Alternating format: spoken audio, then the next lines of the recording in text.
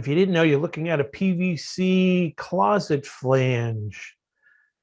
But you look at this, closet flange means the toilet's going on there, kind of like some key points here. Anytime you're putting a closet flange, so never have this fat part right dead center.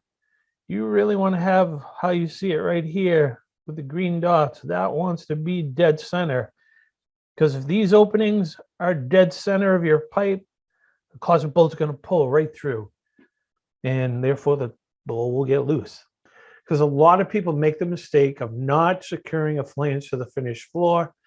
A lot of people make the mistake when they go in, when they have a bathroom remodeled, they leave the flange there. And you know what? Me of all people know how much it is a pain in the ass to try and get up a solvent welded PVC flange. This was where the plumber had communicated with the general contractor, because you're seeing the subfloor here.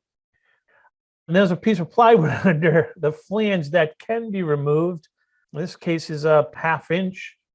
That was enough for the underlayment and tile. So that great communication with the plumber, great communication with the carpenters, great communication with the general contractor.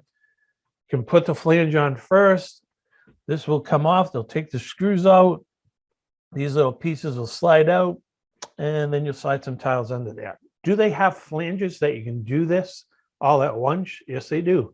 They have some flanges that are very, very thick these days, but again, still have to know what your finished floor material is going to be. So that's really a pass.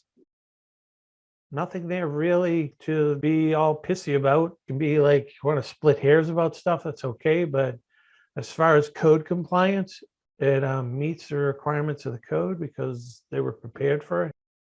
Be ready for it. Be ready to pay attention to it as your careers go on.